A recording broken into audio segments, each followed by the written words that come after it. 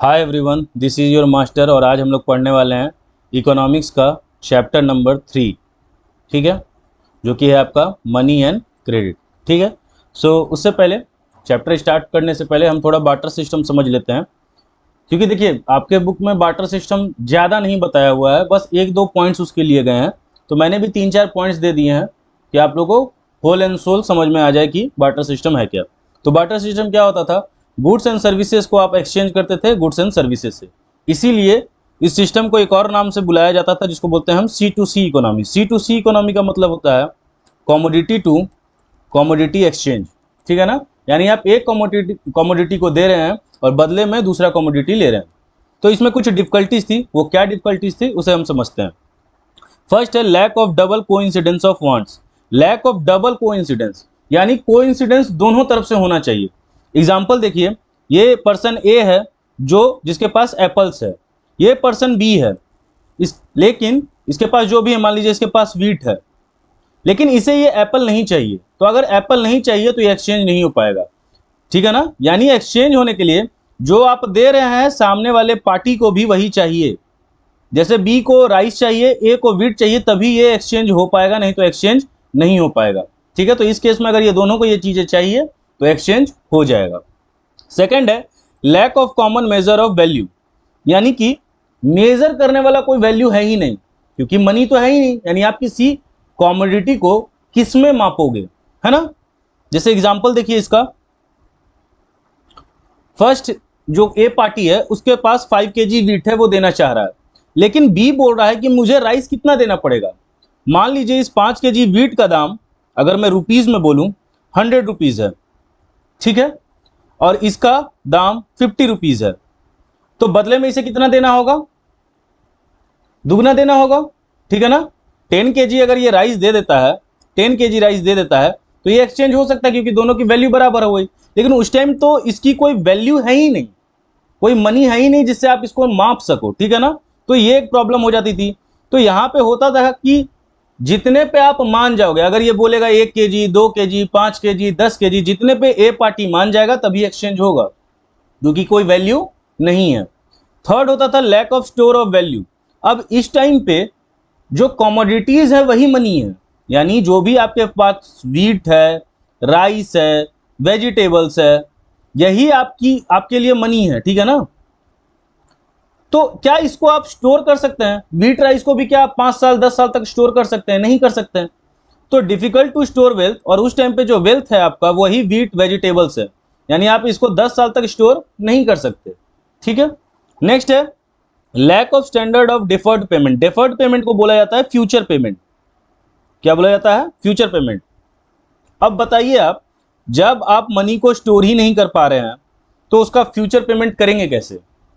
ठीक है, जैसे मान लीजिए मुझे किसी को 1 लाख रुपए देने हैं, तो मैं कुछ महीने पैसे बचाऊंगा, 1 लाख जमा कर लूंगा और किसी को दे लूंगा। लेकिन उस टाइम पे तो कमोडिटीज ही आपके लिए मनी है, तो उसको पहले आपको स्टोर करना होगा ना। और बहुत सारी चीजें ऐसी होती थी जो पेरिशेबल इन नेचर होती थी। क्या होती थी? पेरिशेबल। पेरिशेबल का मतलब क्या है? जो चीजें खराब हो जाएंगी। अब वेजिटेबल्स हैं, उसको आप लंबे समय तक स्टोर नहीं कर सकते, तो स्टोर नहीं कर सकते तो फ्यूचर में पेमेंट कैसे करेंगे आप? ठीक है, और क्या हो सकता है? कॉमोडिटी टू रिपेड में लूज और गेन इट्स वैल्यू।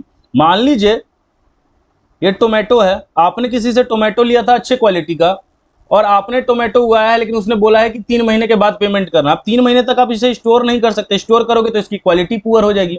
तो सामने वाली पार्टी क्या बोलेगी कि भाई मैंने आपको अच्छे क्वालिटी के टमाटर दिए थे, आप जो मुझे लौटा रहे हो वो अच्छे क्वालिटी का टमाटर नहीं है, तो मैं नहीं लूंगा। ठीक है, तो ये भी प्रॉब्लम था। नेक्स्ट प्रॉब्लम है लैक ऑफ डिविजिबिलिटी। इसको फिजिबिलिटी भी बोलते हैं, फिजिबिलिटी प्रॉब्लम। यानी कि क्या है, इसको समझते हैं। पार्टी ए है, पार्टी बी है। पार्टी बी अपना हॉर्स देना चाह रहा है और ये डिमांड कर रहा है कि मुझे 100 बैग्स ऑफ राइस चाहिए। ये बोल रहा है कि ठीक है मैं देने के लिए तैयार हूं, लेकिन मेरे पास 50 बैग्स हैं।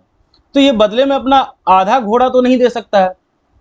बहुत सारी चीजें डिवाइड हो सकती हैं, अगर इसके पास कोई और कमोडिटी होता तो उसे हम आधा डिवाइड कर लेते, लेकिन क्या ये हॉर्स को डिवाइड किया जा सकता है? नहीं किया जा सकता। तो डिविजिबिलिटी प्रॉब्लम भी हुआ करती थी। अब इन सब प्रॉब्लम का सॉल्यूशन क्या था? मनी। मनी जैसे ही आया तो बार्टर सिस्टम के सारे प्रॉब्लम्स क्या हो गए? सॉल्व हो गए। अच्छा, मनी का ये डेफिनेशन भी हो सकता है। मनी के ऐसे बहुत सारे डेफिनेशन है। एन नंबर ऑफ डेफिनेशंस हैं, ठीक है ना। तो उसमें से ये एक डेफिनेशन है, ठीक है। पहला डेफिनेशन क्या कह रहा है, ये तीनों मिला के एक डेफिनेशन है। तो मीडियम ऑफ एक्सचेंज, मनी क्या कर रहा है आपके लिए, एक्सचेंज का वर्क कर रहा है, यानी कि अब ए पार्टी क्या कर रहा है, मनी दे रहा है, ठीक है। क्या दे रहा है, मनी दे रहा है बी को, बी से बदले में कुछ परचेस कर ले रहा है, ठीक है। मान लीजिए राइस परचेस कर ले रहा है, ठीक है। इसके पास क्या आ रहा है, मनी आ रहा है, बदले में ये राइस दे दे रहा है। अब इस मनी से वापस ये चाहे तो मार्केट से जाके राइस परचेस कर सकता है।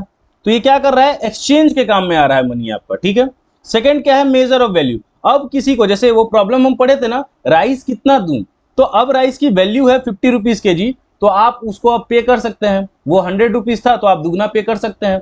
5 के जी की जगह 10 के जी अगर आप राइस देंगे तो अब आपका काम हो जाएगा, एक्सचेंज हो जाएगा, क्योंकि दोनों की वैल्यू बराबर हो गई। Third is store of value. अब आप चाहें तो 6 मंथ के लिए अपना मनी को सेव करेंगे, यानी स्टोर करेंगे, और स्टोर करके आपको बाइक परचेस करना है तो आप बाइक परचेस कर सकते हैं, फ्लैट परचेस करना है तो फ्लैट परचेस कर सकते हैं, ठीक है। Next is evolution of money. इसमें भी कुछ ही पार्ट्स दिए गए हैं, इसलिए मैंने पूरे लाइंस में बना दिया है कि मनी का एवोल्यूशन कैसे कैसे हुआ।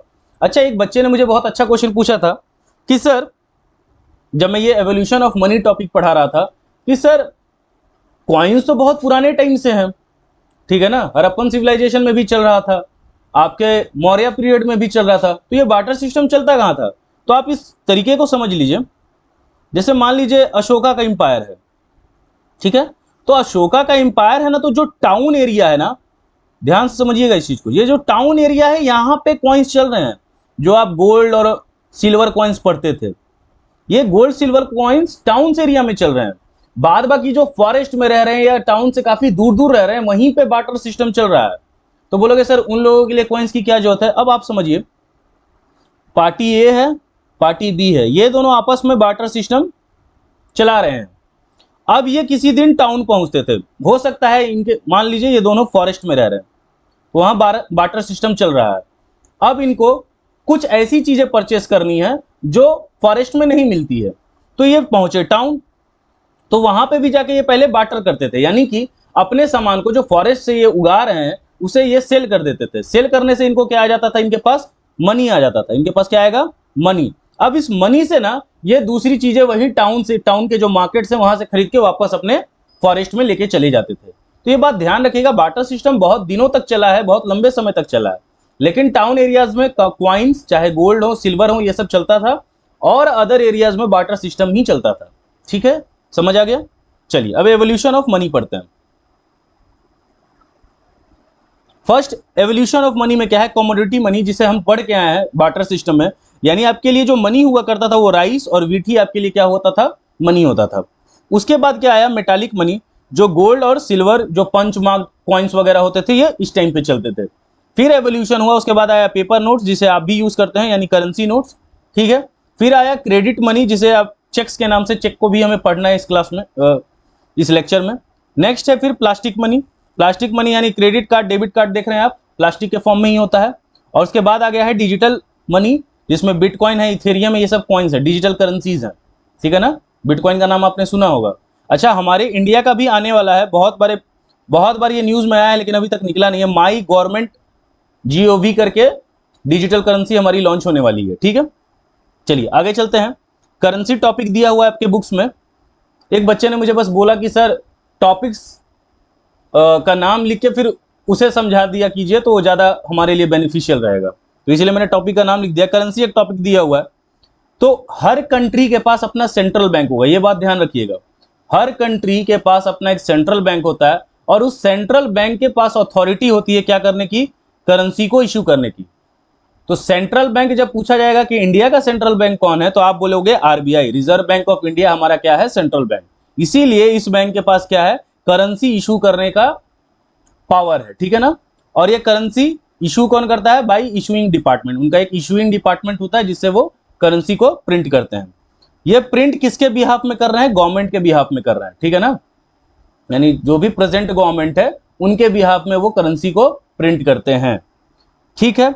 सेंट्रल बैंक यानी RBI आपका बोलता है जो भी वो करेंसी प्रिंट कर रहा है ना, वो accepted as medium of exchange, यानी जो भी गवर्नर का साइन है, नोट है, तो उसे वो उसे सारे पर्सन्स को, यानी जो भी सिटीजन्स है हमारे कंट्री को, उसे एक्सेप्ट करना होगा एज अ मीन्स ऑफ या मीडियम ऑफ एक्सचेंज। अगर आप एक्सेप्ट नहीं करते हैं तो सेडिशन का केस आप पे लगता है। अब मैं एक नॉर्मल या प्रैक्टिकल एग्जांपल आपको बताता हूं जो आपके डेली लाइफ में होता है। जैसे बहुत सारे लोग हैं, पटना के ही लोग होंगे अगर, या फिर जो भी अदर कंट्रीज में भी तो चल ही रहा होगा। अभी एक रुपए का सिक्का है छोटा सा, बहुत सारे लोग बोलते हैं कि 1 रुपए का सिक्का चलेगा नहीं, हम लेंगे नहीं। अगर आप उस सिक्के को नहीं ले रहे हैं ना तो आप पे देशद्रोह का चार्ज लग सकता है। अगर एफआईआर कर दी गई ना तो आपको फाइन भी होगा और प्रिजन भी हो सकता है। दूसरी बात, आप जाके चेक करिएगा, मुझे जहां तक याद है 50 पैसा भी अभी सर्कुलेशन में है। लोग एक्सेप्ट नहीं कर रहे हैं, ले नहीं रहे हैं, वो एक बात अलग है। जब तक आरबीआई नोटिस नहीं निकालता है, जब तक आरबीआई ये बात नहीं बताता है कि नहीं ये करेंसी को हमने बैन कर दिया, जैसे कैसे 500 और 1000 के डिनोमिनेशन को क्या किया गया था, बैन कर दिया गया था, लीगल टेंडर से हटा दिया गया था। यानी लीगल टेंडर का मतलब है कि गवर्नमेंट की अथॉरिटी खत्म हो गई। तो 50 पैसा अभी चल रहा है, ठीक है ना।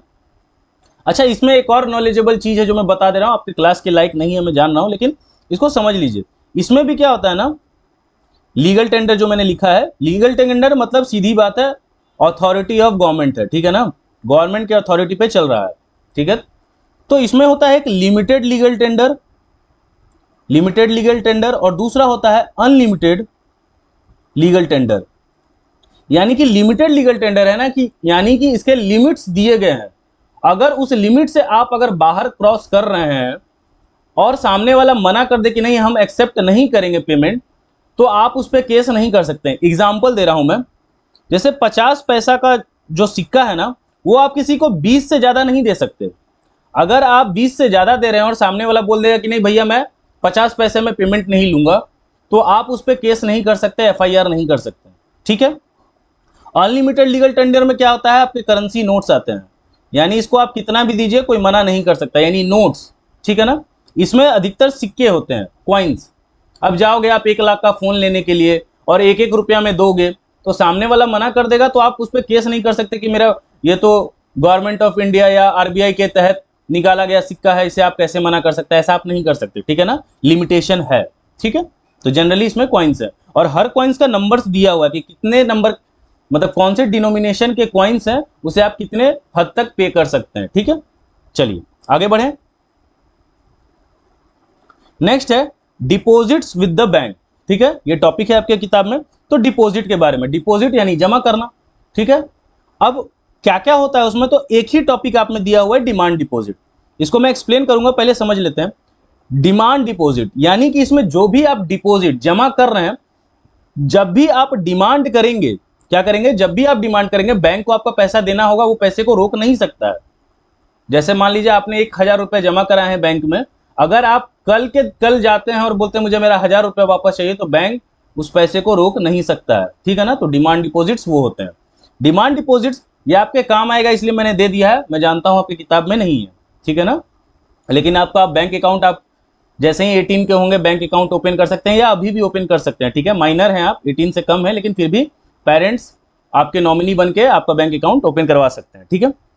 तो पहला होता है saving deposit. Saving deposit simple deposit है, आपके फादर वगैरह के भाई अकाउंट सेविंग डिपॉजिट्स में ही होते हैं। यानी इसमें आप मनी सेव करते हैं, जो भी सैलरीज वगैरह आती है इसी अकाउंट में आती है और उस पर आपको 3% का इंटरेस्ट मिलता है। अच्छा, जितना भी मैंने इंटरेस्ट डाला है वो अप्रॉक्स में सही डाला है, ठीक है ना। किसी बैंक का इंटरेस्ट ज्यादा हो सकता है, किसी का कम हो सकता है, लेकिन अप्रॉक्स यही चलता है, ठीक है। दूसरा होता है करेंट डिपॉजिट्स। करेंट डिपॉजिट्स क्या होता है, इस पे कोई आपको इंटरेस्ट नहीं मिलता है, बहुत एक्स्ट्रा फैसिलिटीज मिलती है और जनरली ये बिजनेसमैन लोग खुलाते हैं। क्यों खुलाते हैं पहले मैं बता दे रहा हूं। बिजनेसमैन में क्या होता है ना कि ट्रांजेक्शन्स बहुत ज्यादा होते हैं, यानी कोई बड़ा बिजनेसमैन है, रोज 1 लाख जाना, 1 लाख भी मैं कम बोल रहा हूँ, 1 लाख गया, फिर 4 लाख गया, फिर 5 लाख गया, फिर 6 लाख आ गया, ऐसे उनके ट्रांजेक्शन्स बहुत ज्यादा होते हैं, इसीलिए ये अकाउंट अधिकतर बिजनेसमैन खुलाते हैं। दूसरा, इसमें फैसिलिटीज क्या मिलती है, जैसे अगर आपके अकाउंट में मैं मान लूँ इस वाले में सेविंग डिपॉजिट में 5 लाख रुपए हैं और आप बैंक मैनेजर को फोन करेंगे कि 4 लाख रुपए मेरे घर पे भेजवा दो, तो वो फैसिलिटी आपके पास नहीं है, आपको बैंक जाके ही पैसा निकालना होगा। लेकिन यहाँ अगर 5 लाख आप मंगाएंगे अपने घर पे या किसी को बोलेंगे पे करने के लिए उसके एरिया में जाके, तो बैंक आपके लिए काम कर देती है, ठीक है ना। तो इसमें एक्स्ट्रा फैसिलिटी, इसीलिए इसमें कोई इंटरेस्ट नहीं मिलता है, ठीक है, याद रहेगा। दूसरा डिपॉजिट जो आपकी किताब में नहीं दिया है उसको बोलते हैं टाइम डिपॉजिट्स, ठीक है। तो ये सब भी आप नाम सुने होंगे घर में आपके मदर फादर से, इसलिए इसको समझ लीजिए। तीसरा जो होता है इसको बोलते हैं रेकरिंग डिपॉजिट। रेकरिंग वर्ड जहां पे भी आएगा उसको याद रखिएगा रेगुलर। क्या याद रखिएगा? रेगुलर। तो आप क्या बोल रहे हैं कि 500 रुपए पर मंथ में दूंगा बैंक को अगले 5 सालों तक, यानी 500 रुपया दे रहे हैं, यानी साल का आप 6,000 रुपया दे रहे हैं, और अगले 5 साल तक आपने ये प्रॉमिस किया है कि मैं अगले 5 साल तक क्या दूंगा, 500 रुपीज दूंगा पर मंथ। तो इस पे आपको मिलता है 5%, आरडी है, ठीक है। नेक्स्ट है आपका फिक्स डिपॉजिट्स। ये एफडी घर में बहुत सुना होगा, या एफडी तुड़वा लेना है, ऐसे लैंग्वेज बहुत सुने होंगे आपने। तो फिक्स्ड में दो चीजें फिक्स्ड हो जाती हैं, फर्स्ट होता है अमाउंट और दूसरा होता है टाइम। यानी आपने 1 लाख रुपए रख दिए हैं अगले 10 सालों के लिए, और इस पे आपको जो परसेंटेज मिल रहा है वो कितना मिल रहा है, 7 to 8%, ठीक है। याद रहेगा, इजी है। चलिए याद रखिएगा कि अमाउंट भी फिक्स्ड है। अब कोई बच्चा पूछेगा कि सर क्या मैं इसे निकाल नहीं सकता हूं? बिल्कुल निकाल सकते हो, लेकिन अगेन यहां पे आपने क्या पढ़ा, ये डिमांड डिपॉजिट है। जब आप डिमांड करेंगे तुरंत वो काम होना चाहिए, लेकिन यहां ऐसा नहीं है, टाइम डिपॉजिट है, एक टाइम पीरियड आपने ही फिक्स किया है। अगर उसके पहले आपको पैसा चाहिए, कुछ ऐसे इमरजेंसी आ गई है, तो आप उसे तुड़वा सकते हैं, लेकिन उसमें थोड़ा समय लगेगा, 10 दिन 15 दिन समय लग सकता है, ठीक है ना। तुरंत ये काम नहीं होगा। अच्छा, जैसे ही अगर आप बीच में ये काम कर रहे हैं, यानी तुड़वा रहे हैं अपनी चीजों को, तो जो रेट ऑफ इंटरेस्ट पे वादा हुआ था उस रेट ऑफ इंटरेस्ट से आपको पैसा नहीं मिलेगा, ठीक है ना, ध्यान रखिएगा। नेक्स्ट एक टॉपिक है चेक, और चेक की फोटो वगैरह दी हुई है, तो चेक समझ लीजिए, कभी ना कभी तो आप भरेंगे, या फादर के लिए भी आप ये काम कर सकते हैं। मान लीजिए मैं हूं धीरज और ये मेरा फ्रेंड है आशीष, ठीक है। ये मेरा चेकबुक है, ध्यान दीजिएगा, ये क्या है, ये चेकबुक मेरा है। एक एक करके इसको समझते हैं। पहला कंडीशन में ले रहा हूं कि मुझे आशीष अपने दोस्त को पे करना है कितना रुपीस, 1 लाख रुपीस, ठीक है। तो ये आशीष कुमार का मैंने नाम डाला है, डेट डालना है, 1 लाख रुपीस। अच्छा, यहां पे मैंने क्या लिखा है, 1 लाख ओनली। ये ओनली वर्ड लिखना बहुत इंपॉर्टेंट होता है, नहीं तो इसमें कोई कुछ चेंज कर सकता है। फिर यहां मैंने 1 लाख डाला है, उसके बाद ये ऐसे करके ऐसे किया जाता है, ठीक है ना। ये अकाउंट नंबर ऑलरेडी प्रिंटेड रहता है, ठीक है ना, ये लिखा नहीं जाता है, ये ऑलरेडी प्रिंटेड होता है, ठीक है। यहाँ पे कुछ नंबर्स लिखे होते हैं, ये चेक नंबर होता है, ये MICR नंबर होता है, ये RBI अकाउंट नंबर होता है, और ये ट्रांजेक्शन कोड होता है, ठीक है। यही इंफॉर्मेशन है। इसमें खास जो आपके फायदे की चीज है वो समझ लीजिए। पहले कंडीशन में मैंने क्या बोला कि ये आशीष कुमार को पैसे देने हैं, ठीक है। तो ये आशीष कुमार जब ये चेक लेके जाएगा ना, तो उसको कैश में चीजें मिलेंगी, यानी 1 लाख रुपए उसके हाथों में मिलेगा। अगर मुझे अकाउंट में, यानी आशीष कुमार के अकाउंट में पैसा डालवाना है, तो आशीष कुमार को यहाँ पे अकाउंट नंबर लिखना होगा, नहीं तो यहाँ पे ऐसे ऐसे करके ACC लिखना होता है, ठीक है।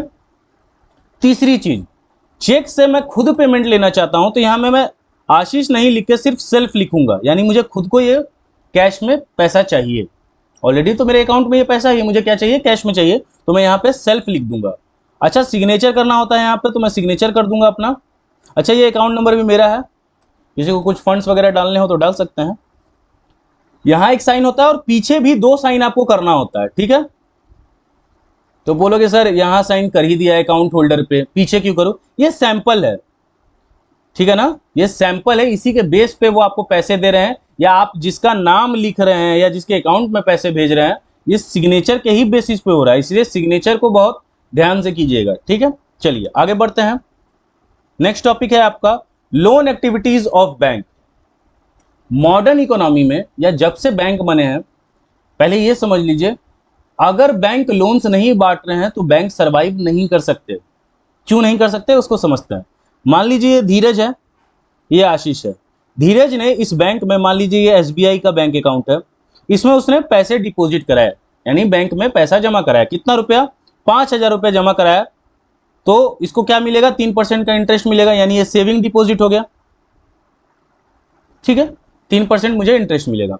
आशीष कुमार का पर्सन बैंक में है जिसका ऑलरेडी अकाउंट है, उसे लोन चाहिए, कितने का, 5,000 का, और कितना परसेंट बैंक इंटरेस्ट लेगा। देखिए यहाँ पे बैंक आपको इंटरेस्ट दे रहा है, यहाँ पे बैंक इंटरेस्ट आपसे लेगा, तो यानी 13% माइनस 3%, क्योंकि एक तरफ से इसको 13% का इंटरेस्ट, देखिए अमाउंट तो सेम ही है, 13% का इंटरेस्ट बैंक लेगा और बदले में आपको 3% देगा, तो बैंक का जो प्रॉफिट हो गया वो क्या हो गया, 10%। जबकि ये रियल प्रॉफिट नहीं होता है, लेकिन उतना आपको समझना नहीं है, लेकिन मान के चलिए बैंक का प्रॉफिट कितना हो गया, 10%, ठीक है, यहां तक समझ में आ गया। अब एक टॉपिक छोटा सा 2-3 लाइन आप जब किताब पढ़िएगा तो उसमें देखिएगा कि बोला जा रहा है कि बैंक लोन के ही माध्यम से कमाते हैं। तो ये एक्स्ट्रा नॉलेज है, समझ में आए तो वेरी गुड, नहीं समझ में आए तो भी कोई दिक्कत नहीं है, ये आपको पढ़ना नहीं है। ठीक है, समझते हैं, थोड़ा सा इंटरेस्टिंग बहुत लगेगा आपको। मान लीजिए डिपॉजिट है, यहां मैंने एक टॉपिक क्या लिखा है, credit creation bye commercial bank, यानी कैसे कॉमर्शियल बैंक क्रेडिट को मार्केट में क्रिएट करते हैं। डिपॉजिट है ये, ठीक है, इनिशियल डिपॉजिट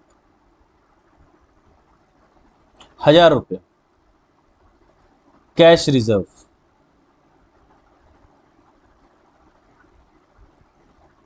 और यहां पे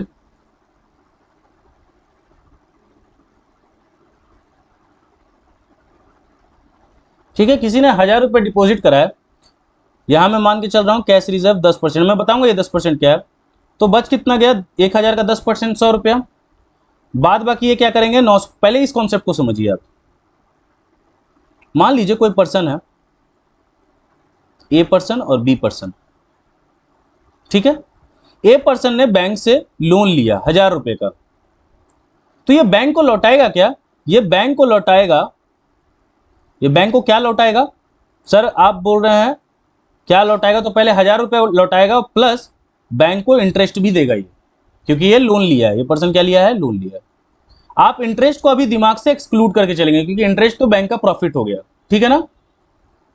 दूसरी बात, ये कैश रिजर्व क्या है सर, बैंक ऐसा मान के, ये 10% ही रहता है ऐसा कोई जरूरी नहीं है, कितना परसेंट रहता है मैं बाद में बताऊंगा। कैलकुलेशन ईजी बनाने के लिए, आपके लिए ईजी करने के लिए मैंने 10% लिया है। तो बैंक ऐसा मान के चलती है कि जो पर्सन डिपॉजिट कराया है ना, वो 10% से ज्यादा पैसा पहले बार में नहीं निकालेगा। तो बैंक क्या करती है, जैसे आपने 1000 रुपये जमा कराया है, बैंक मान के चल रही है 10%, तो यानी आप 100 रुपये फर्स्ट टाइम पैसा निकालेंगे तो 100 रुपये से ज्यादा नहीं निकालेंगे। तो बैंक के पास तो 900 रुपये बच गया, ये 900 रुपये को क्या कर देती है, किसी पर्सन को दे देती है, बी नाम के पर्सन को दे दी।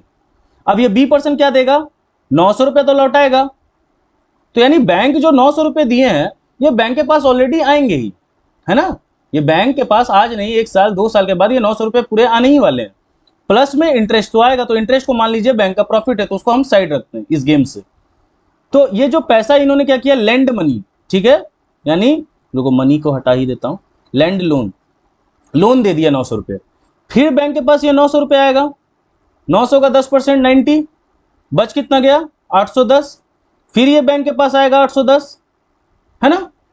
फिर कितना हो जाएगा 81, यहां कितना बच जाएगा 729। तो ये प्रोसेस चलते रहता है, ठीक है। तो आप पूछोगे सर क्रेडिट कितना क्रिएट हुआ, क्योंकि यहां टॉपिक ही क्या है, credit creation bye commercial bank, credit कितना। तो ये फॉर्मूला होता है K/1/CRR।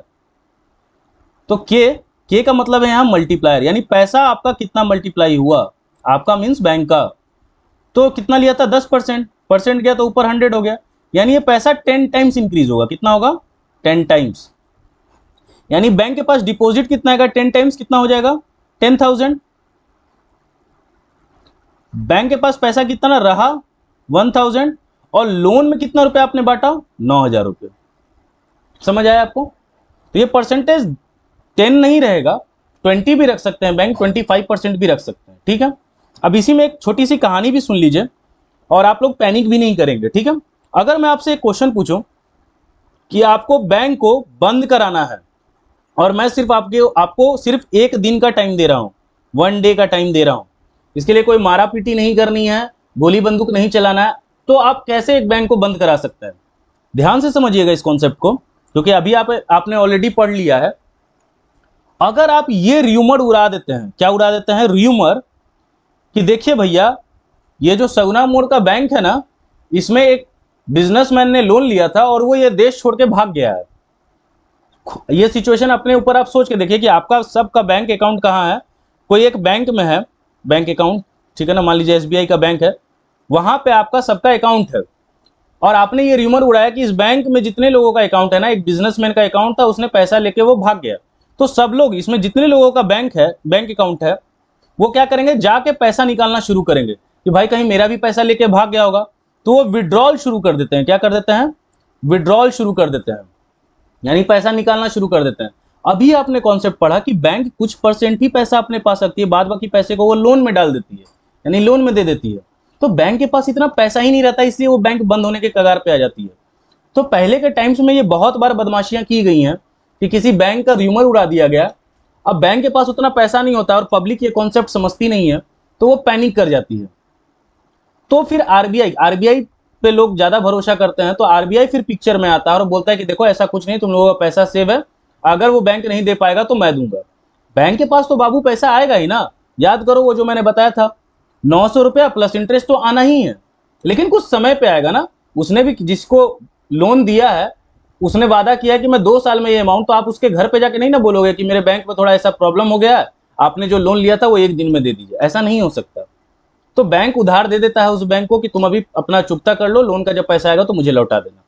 कहानी समझ में आ गई? तो ये 2 कॉन्सेप्ट था, ये सिर्फ नॉलेज पर्पज से है। अच्छा लगा तो ठीक है, कमेंट वमेंट करना हो तो कर दीजिएगा, नहीं तो छोड़ दीजिए, आपके काम की नहीं है। अब 2 डिफरेंट क्रेडिट सिचुएशंस दिए हुए हैं। पहला दिया हुआ है, सलीम की कहानी दी हुई है कि इसको कुछ ऑर्डर मिलता है 3000 पेयर ऑफ शूज का, ठीक है। ये कुछ हायर करता है वर्कर्स को, 2 जगह से 2 सोर्सेज से लोन लेता है, एक तो लेदर सप्लायर से और एक लार्ज कोई ट्रेडर होता है उससे, ठीक है ना। और फिर उसका ऑर्डर जब कंप्लीट हो जाता है तो वो क्या करता है, लोन अमाउंट जो होता है वो वापस दे देता है और बीच का जो बचता है वो इसका प्रॉफिट हो जाता है, ठीक है। यानी यहाँ पे सिचुएशन क्या बताया गया कि यहाँ पे क्रेडिट के वजह से, यानी वही लोन अमाउंट के वजह से सलीम का काम हो गया, सलीम ने प्रॉफिट अर्न किया, यानी ये पॉजिटिव रोल शो कर रहा है क्रेडिट का। स्वप्ना के साथ कुछ प्रॉब्लम हो जाता है, यानी वो 3 एकड़ ऑफ लैंड है उसके पास, पेस्ट अटैक हो जाता है और उसने जो पेस्ट डाले भी थे वो काफी एक्सपेंसिव थे, जिसके लिए उसने लोन वगैरह लिया था, किससे, मनी लेंडर से। अब पेस्ट अटैक हो गया, यानी खेती नहीं हुई, खेती अच्छी नहीं हुई, तो अब वो लोन अमाउंट चुका नहीं पाएगी मनी लेंडर का, उसने फिर एक फ्रेश लोन ले लिया। अब एक बात समझिए, मान लीजिए 20K का मैंने लोन लिया है मनी लेंडर से, ठीक है, और खेती से मैं कमा जो पाऊंगा ना वो 10,000 कमा पाऊंगा या 15,000 कमा पाऊंगा एग्रीकल्चर से, ठीक है। और 20K जो लिया था वो तो बर्बाद हो गया क्योंकि पेस्ट अटैक हो गया। मैंने फिर 15K जो फ्रेश लोन लेना था वो ले लिया। तो बात समझिए, खेती अब इस बार अच्छी हो भी गई तो मैं तो कमाऊंगा 15,000 ना, तो मैं दोनों में से तो किसी एक का ही लोन चुकता कर पाऊंगा, यानी अभी भी एक लोन बचा हुआ है। इसके वजह से इसे क्या करना पड़ा, अपने लैंड का एक पार्ट बेचना पड़ा। यानी यहाँ पे क्रेडिट ने क्या किया, क्रेडिट का जो रोल है वो क्या है, थोड़ा निगेटिव है। और ये आपके लाइफ या आपके फैमिली के साथ भी ऐसा ही होता है। कुछ लोगों के लिए क्रेडिट, जो बहुत समझदार लोग होते हैं वो क्रेडिट का बहुत अच्छे तरीके से यूज करते हैं, और कुछ लोग क्या होता है इस क्रेडिट की वजह से ही फंस जाते हैं। थोड़ा बहुत मैं उसके बारे में भी बता दूंगा। पहले आगे चलते हैं, चैप्टर पढ़ते हैं। नेक्स्ट है रूरल एरियाज। रूरल एरियाज में जनरली फार्मर्स जो होते हैं, एग्रीकल्चर जो करते हैं, उनको क्रेडिट की जरूरत पड़ती है, लोन की जरूरत पड़ती है। कब जरूरत पड़ती है, सोइंग का मतलब क्या होता है, जब आप क्या करते हैं, बीज डालते हैं, ठीक है, खेतों में। हार्वेस्टिंग, जब आप उसकी कटनी करते हैं, ठीक है ना, खेत को नहीं काटते, मतलब जो आपने प्रोड्यूस किया है उसकी कटनी करते हैं। तो इस समय से लेकर इस समय तक ही उनको क्या जरूरत पड़ती है, क्रेडिट अरेंजमेंट्स की जरूरत पड़ती है। अब क्रेडिट 2 तरीके के होते हैं, एक होता है फॉर्मल सेक्टर और दूसरा होता है इनफॉर्मल सेक्टर। आपको मैंने प्रीवियस चैप्टर में ही पढ़ाया है। फॉर्मल से आप क्या याद रखेंगे, जहां रूल्स एंड रेगुलेशंस हैं, जहां पे क्या है, रूल्स एंड रेगुलेशंस हैं, और इनफॉर्मल जहां पे कोई रूल्स रेगुलेशन नहीं है। यानी कि अब जो बैंक है और कोऑपरेटिव है, अब ये सब किससे एडमिनिस्टर होते हैं, आरबीआई से, यानी आरबीआई के सुपरविजन में रहते हैं ये। तो आरबीआई ने बोला है 5% पे लोन देने का या 10% पे, तो आप लोन उसी पे देंगे, ऐसा नहीं कि आप 50% पे लोन देंगे। तो इंटरेस्ट जो लेते हैं वो क्या होते हैं, ये लो होता है जनरली। दूसरी बात, जिस तरीके से प्रॉपर प्रोसीजर्स के साथ आप लोन देते हैं ना, तो उसी तरीके से प्रॉपर प्रोसीजर्स के साथ आप क्या करते हैं, लोन का अमाउंट लेते भी हैं, ठीक है। लेकिन यहां क्या होता है, कोई रूल नहीं है। दूसरी बात याद रखिएगा, ये आपके नीड के अकॉर्डिंग काम करते हैं। जितना आपको पैसे की जरूरत अर्जेंट बेसिस पे ना, उतना इनका रेट ऑफ इंटरेस्ट हाई हो जाता है। जैसे आपके फ्रेंड्स हो सकते हैं, मनी लेंडर्स हो सकते हैं, रिलेटिव्स हो सकते हैं, जमींदार हो सकते हैं, ठीक है। ये सब लोन जो बांटते थे, इसका रेट ऑफ इंटरेस्ट क्या होता था, काफी हाई होता था, ठीक है। तो यहाँ कोई रूल्स नहीं है, यानी कोई पेपर वर्क तो हुआ नहीं है। पेपर वर्क नहीं हुआ तो ये जब पैसा वसूल करेंगे ना, तो उसका भी जो तरीका होगा वो क्या होगा, गलत होगा, ठीक है। इसको आगे फिर हम समझेंगे। नेक्स्ट है, तो फॉर्मल सेक्टर में आरबीआई क्या करता है, सुपरवाइज करता है, बैंक से पूछते रहता है how much they are lending, आप कितना लेंड कर रहे हो, किसको कर रहे हो, कितने इंटरेस्ट रेट पे कर रहे हो। तो आरबीआई ये समय समय पे पूछते रहता है बैंक से।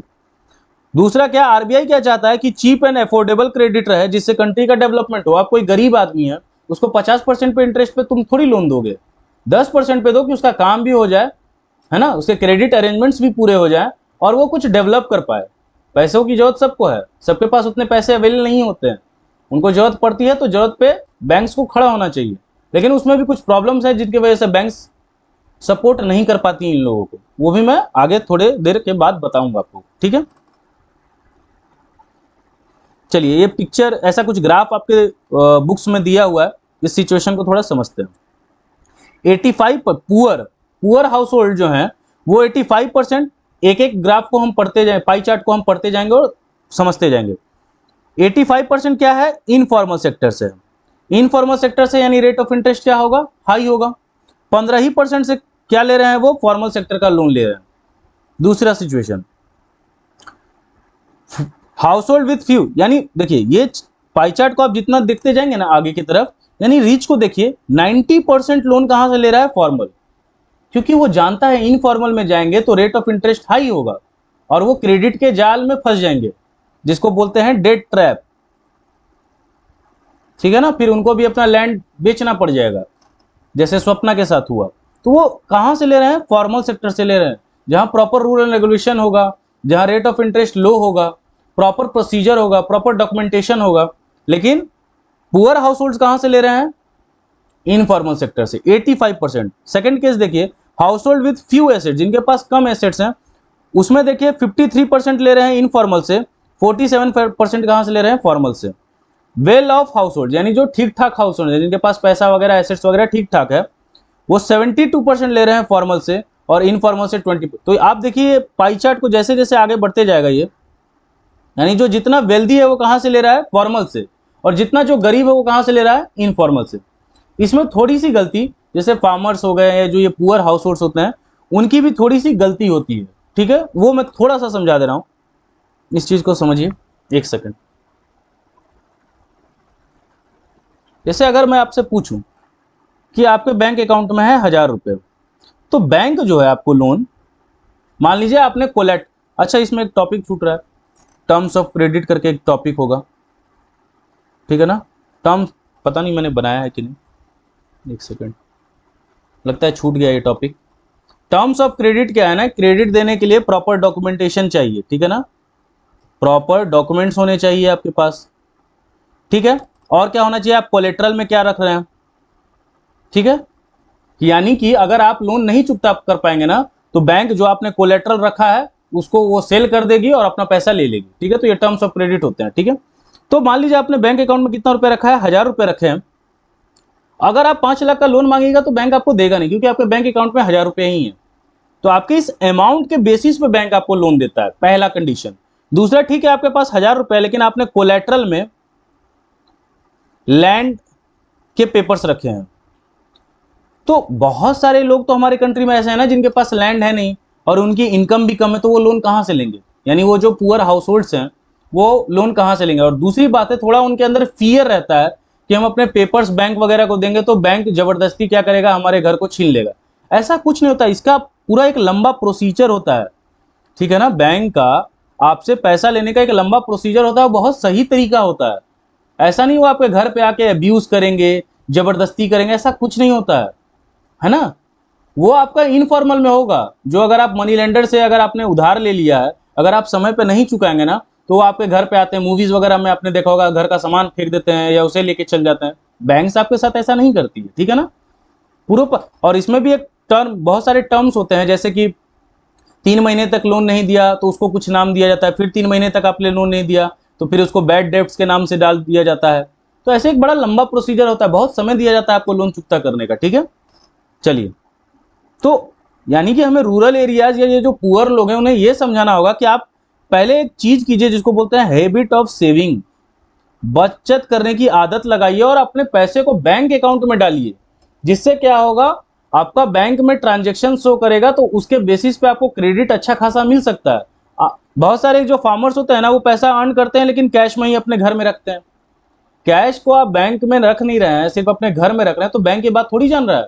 लेकिन वही उसको आप बैंक में रखेंगे तो वो जानेंगे कि हाँ आपकी अर्निंग इतनी है, आप साल में एक ही बार पैसा कमाते हैं लेकिन लाख रुपया कमाते हैं, तो उस बेसिस पे वो आपको ठीक ठाक लोन दे सकते हैं। ठीक है, नेक्स्ट चलते हैं। तो बैंक एंड कोऑपरेटिव्स हैं, रूरल एरियाज में हमें ज्यादा मतलब होता है ना, इनका बैंकिंग इंक्लूजन बोलते हैं, इंक्लूजन ज्यादा करना चाहिए, या फाइनेंशियल इंक्लूजन, यानी रूरल एरियाज में हमें बैंक्स और कोऑपरेटिव्स ज्यादा सेटअप करने चाहिए कि ये जो पुअर हाउस होल्ड्स हैं उन्हें लोन प्रॉपर मिल सके।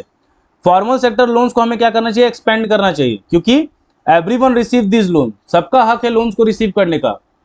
ठीक है ना, वो जो गरीब हैं बेचारे वो इनफॉर्मल से लेते रहेंगे और वो अपनी जिंदगी बर्बाद करते रहेंगे। ठीक है ना, तो बैंक्स को ये जो नीडी लोग हैं उन लोगों को लोन्स देना चाहिए, प्रोवाइड कराना चाहिए। ठीक है, अब इसी से कोरिलेटेड ये टॉपिक है, पहले इसको समझ लेते हैं फिर आते हैं सेल्फ हेल्प ग्रुप पे।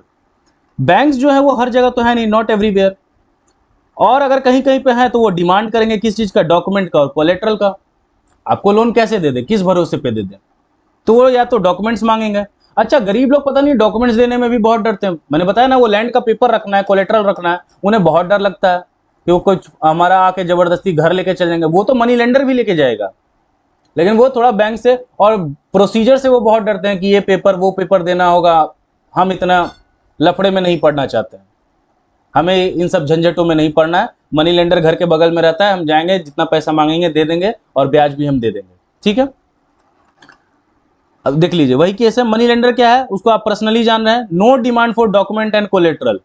अब इसी का फायदा वो उठाते हैं, इसके वजह से वो हरास करते हैं और हाई इंटरेस्ट आपके नीड के अकॉर्डिंग। जैसे आपको पैसा एकदम अर्जेंट बेसिस पे चाहिए कि 2 दिन के अंदर मुझे पैसा चाहिए भैया, मेरी बेटी की शादी है, तो अगर वो 10% पे देना चाहते थे ना तो आप 15% पे देंगे। जान रहे हैं आपको नीड है, आपको अर्जेंट पैसा चाहिए, तो रेट ऑफ इंटरेस्ट हाई कर देते हैं और आप मजबूरी में वो पैसा लेते हैं क्योंकि आप कोलेट्रल पे कुछ रखना नहीं चाहते हैं।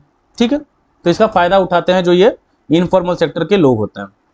अब एक नया टॉपिक है और बहुत इंपॉर्टेंट है एग्जामिनेशन में, इस पे केस स्टडीज भी आ सकता है, इस पे टर्म्स ऑफ क्रेडिट, इन सब पे केस स्टडीज बन सकता है, तो ध्यान रखिएगा।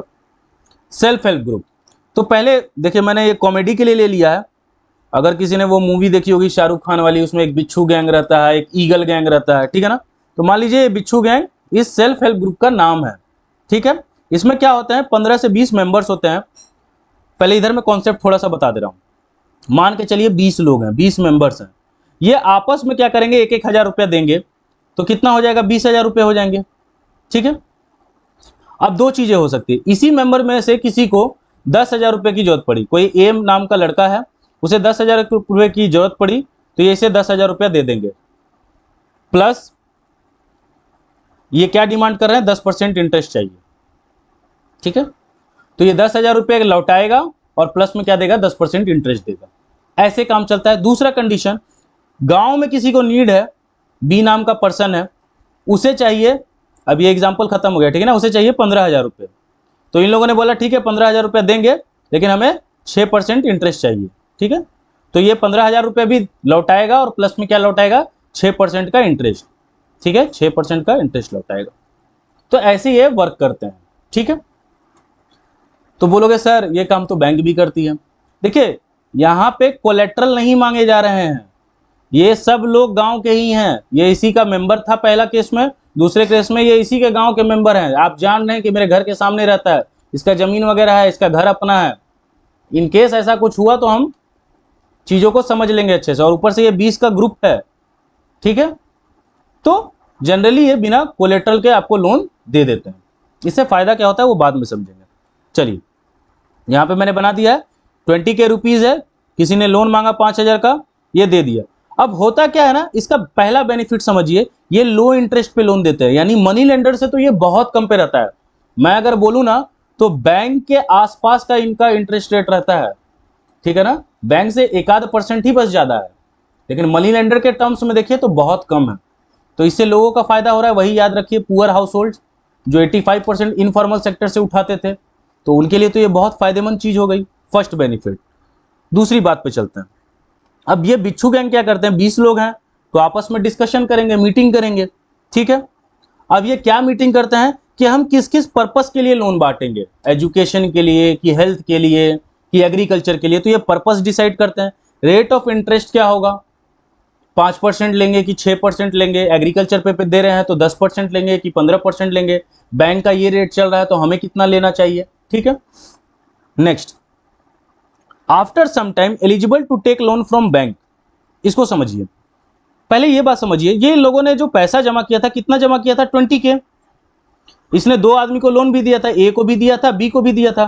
पैसा तो इनके पास वापस लौट के आएगा ही, तो ये वापस से 20K हो जाएगा। अभी इंटरेस्ट की बात नहीं कर रहा हूं मैं।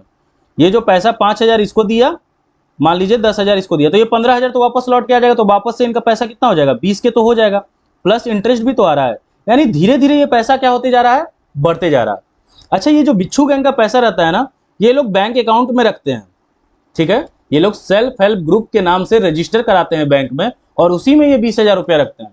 तो बैंक का भी इंटरेस्ट मिल रहा है, और जो ये पैसा लौट के आता है वो भी इंटरेस्ट के साथ आता है, तो वो पैसा भी बढ़ रहा है। ठीक है, दूसरी बात समझिए, यानी ये धीरे धीरे पैसा क्या हो रहा है, मैं बोल रहा हूं मनी इंक्रीज हो रहा है। ठीक है, दूसरी बात समझिए, ये जैसे ही रजिस्टर कराए किस नाम से, सेल्फ हेल्प ग्रुप से, और गवर्नमेंट ने क्या बोला है, इसको मैं कनेक्ट करके आपको दिखा रहा हूं, एक सेकेंड। अभी हमने पढ़ा था ना ये टॉपिक, यहां देखिए अगर दिख रहा हो आपको, क्योंकि इधर से कनेक्ट करना है, इसीलिए इस पॉइंट को मैं यहां उठा के यहां ला रहा हूं। क्या बैंक हर जगह है, नहीं। अगर है भी तो वो क्या डिमांड करते हैं, डॉक्यूमेंट्स का और कोलेट्रल का। तो बहुत सारे लोग लोन ले नहीं पाते हैं, लेकिन सेल्फ हेल्प ग्रुप तो ऐसा कुछ डिमांड नहीं कर रहा है। इसीलिए इसको गवर्नमेंट भी सपोर्ट करता है कि बैंकिंग वाले आप लोग सुनिए, आप लोग हर जगह पे हैं नहीं, और आप नहीं है तो उसका फायदा मनी लेंडर्स या जो लोग ये सब ऐसे टाइप के लोग होते हैं, वो ज्यादा रेट ऑफ इंटरेस्ट से लोगों को लूटते हैं काफी। तो ये सेल्फ हेल्प ग्रुप वाले अच्छा काम कर रहे हैं। तो गवर्नमेंट भी बोलती है कि आप इन लोगों को जो लोन दीजिएगा, अगर इनको जरूरत पड़ गई, जैसे मान लीजिए गांव में, तीसरा कंडीशन लेते हैं, इनके पास मान लीजिए 20K ही है, लेकिन किसी ने 30,000 का लोन मांग लिया, अब ये कहां से देंगे, इनके पास तो 20,000 है।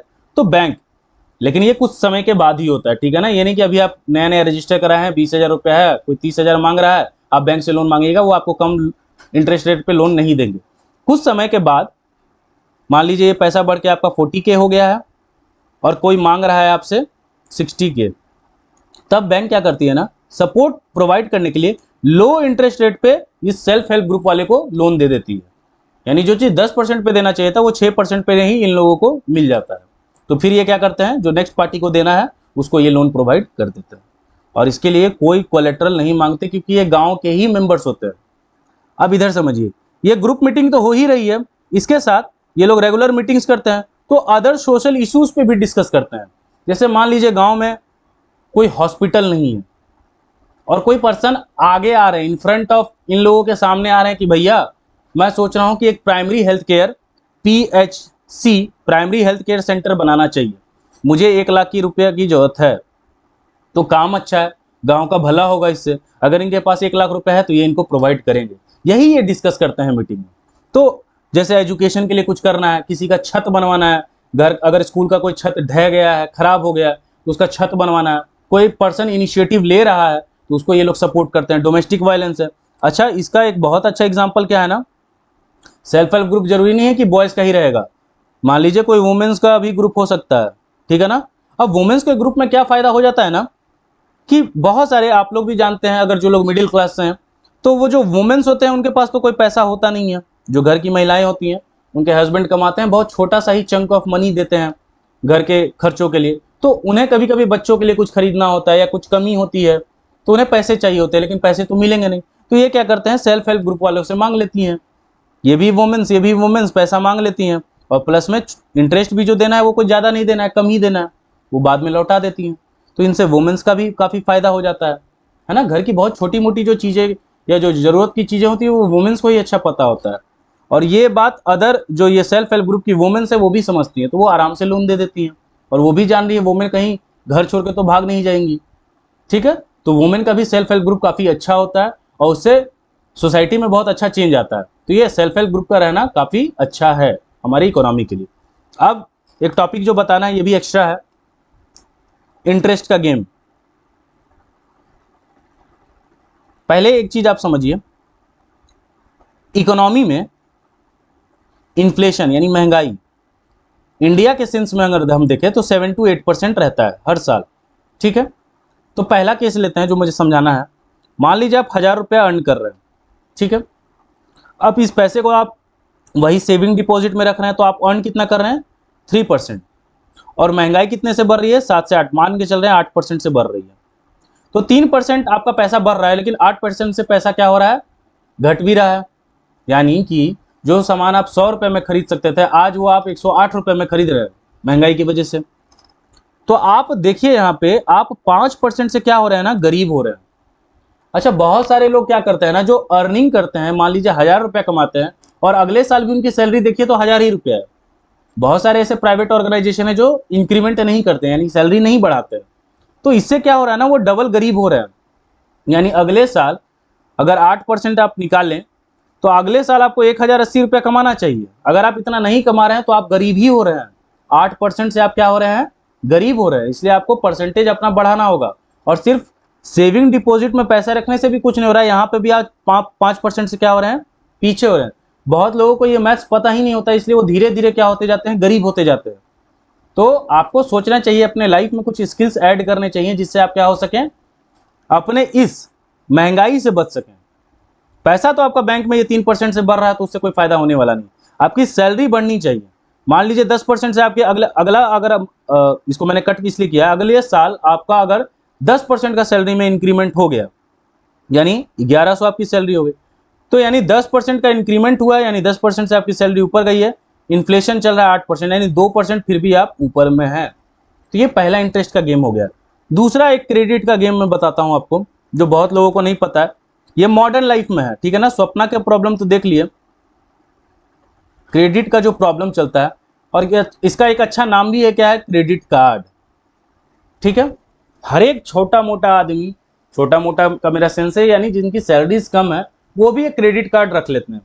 मान लीजिए उससे क्या होता है ना, आपको चीजें परचेस करने की काफी आदत हो जाती है, क्योंकि वो क्या करते हैं, ऐसा मैकेनिज्म बना देते हैं कि अगर आप क्रेडिट कार्ड से पे कर रहे हैं ना, तो आपको 5% का डिस्काउंट मिलेगा।